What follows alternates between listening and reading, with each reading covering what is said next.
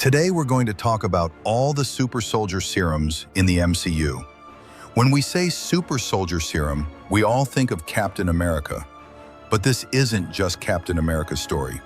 Marvel literally gave this serum to 26 characters, and most of us aren't even aware of it. Let's start with the original story. Everything begins with Dr. Abraham Erskine. Let me briefly introduce this man. Dr. Erskine is our angel of goodness, searching for a formula that will change the world. Our genius scientist comes up with a crazy idea. He produces a Super Soldier Serum. But there's a subtle detail here. This serum can make you 100 times better physically. However, it also amplifies everything inside you. Are you a good person? You become better. Are you a bad person? God, this is a disaster. My friends, as in every classic superhero movie, the bad guy wants to try this serum first. And here's the first test. Johann Schmidt, aka Red Skull. This guy literally gets the beta version of the serum, and what happens? His face melts, his head turns into a red skull. Our genius scientist Erskine learns from this mistake and perfects the formula. Then what happens? Let's go back in time. 1943 arrives. A small man from Brooklyn named Steve Rogers appears. This little man has asthma, very thin and frail. But Dr. Erskine notices something in this little man that not everyone has. What he notices is self-sacrifice. This is what causes Dr. Erskine to give him the super serum. And bam, serum plus Vita rays equals Captain America. Do you think Captain America could have achieved this much success with just his heart, without the serum? After Captain America becomes a superhero, Erskine is killed immediately after, and the formula is lost. Or so we think. Because nobody wants to leave a formula that can obtain superhumans from a serum. In the 1950s, they literally use hundreds of people as test subjects. And here the story takes a dark turn. Isaiah Bradley. We saw this man in the Falcon and the Winter Soldier series. This man's story is heartbreaking. A black soldier forced into experiments during the Korean War era. They give the serum to 300 African-American soldiers, and most die. Isaiah survives, but at what cost? He spends 30 years in prison, gets no honor, isn't even recorded in history. In the series, we're shown that while Steve Rogers gets all the glory, Isaiah was forgotten in the darkness. And the next Soldier Serum will break our hearts even more. Hey, cut! Everyone take a break. Give me a Super Soldier Serum too. Hey, this is amazing. Dude, I cut the video briefly because if you're not subscribed, I want you to subscribe. And if you are subscribed, I want you to like the video. Hey team, come back, let's continue. Let's go back to 1943. Classic story. The bad guys want this super serum. Bucky Barnes falls into HYDRA's hands and they say, hey, we want super soldiers too. But HYDRA's version is more twisted.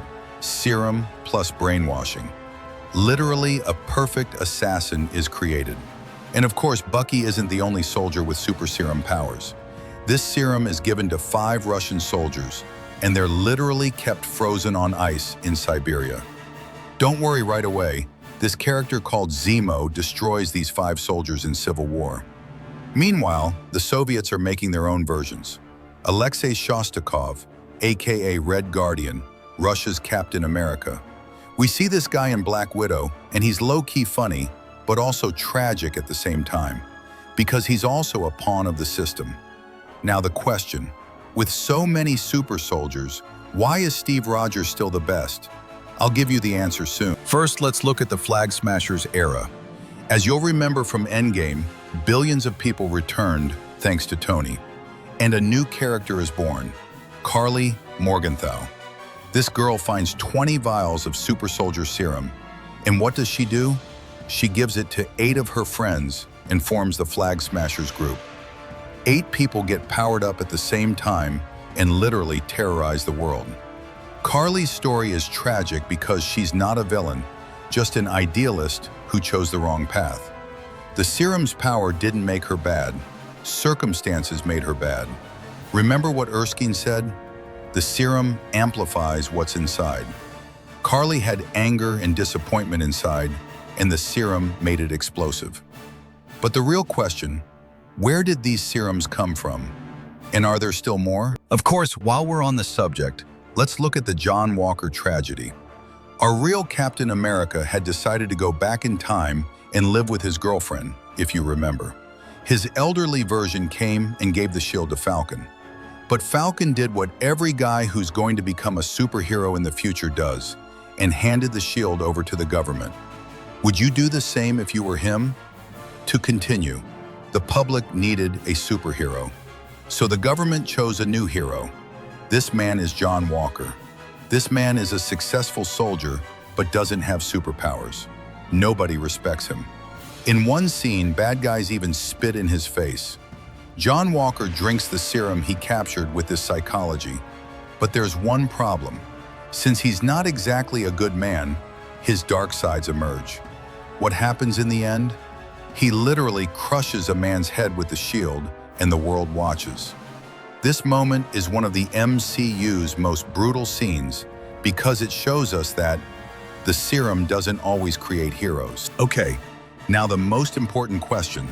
Are all these serums equal? Spoiler alert, hell no. The serum Steve Rogers got is literally the perfected formula. Erskine developed this for years, and Steve was the ideal subject. Result?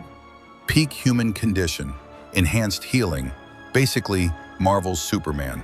Then there's Bucky's version, HYDRA made, effective but has side effects, requires brainwashing, constantly needs maintenance.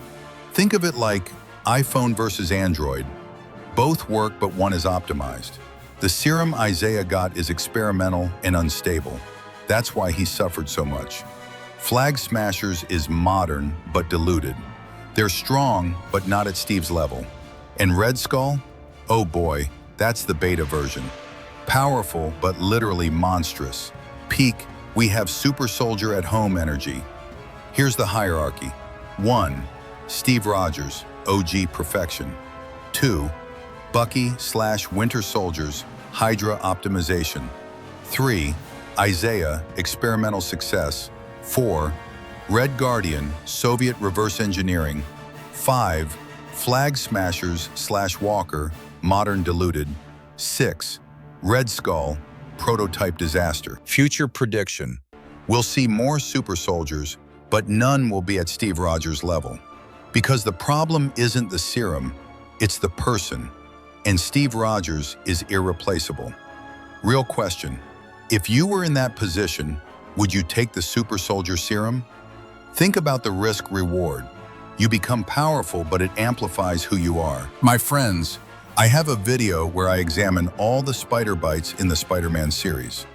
I've left the link above. I highly recommend you watch it. It's an incredibly enjoyable video. Before going to the Spider-Man video, don't forget to like the video and subscribe.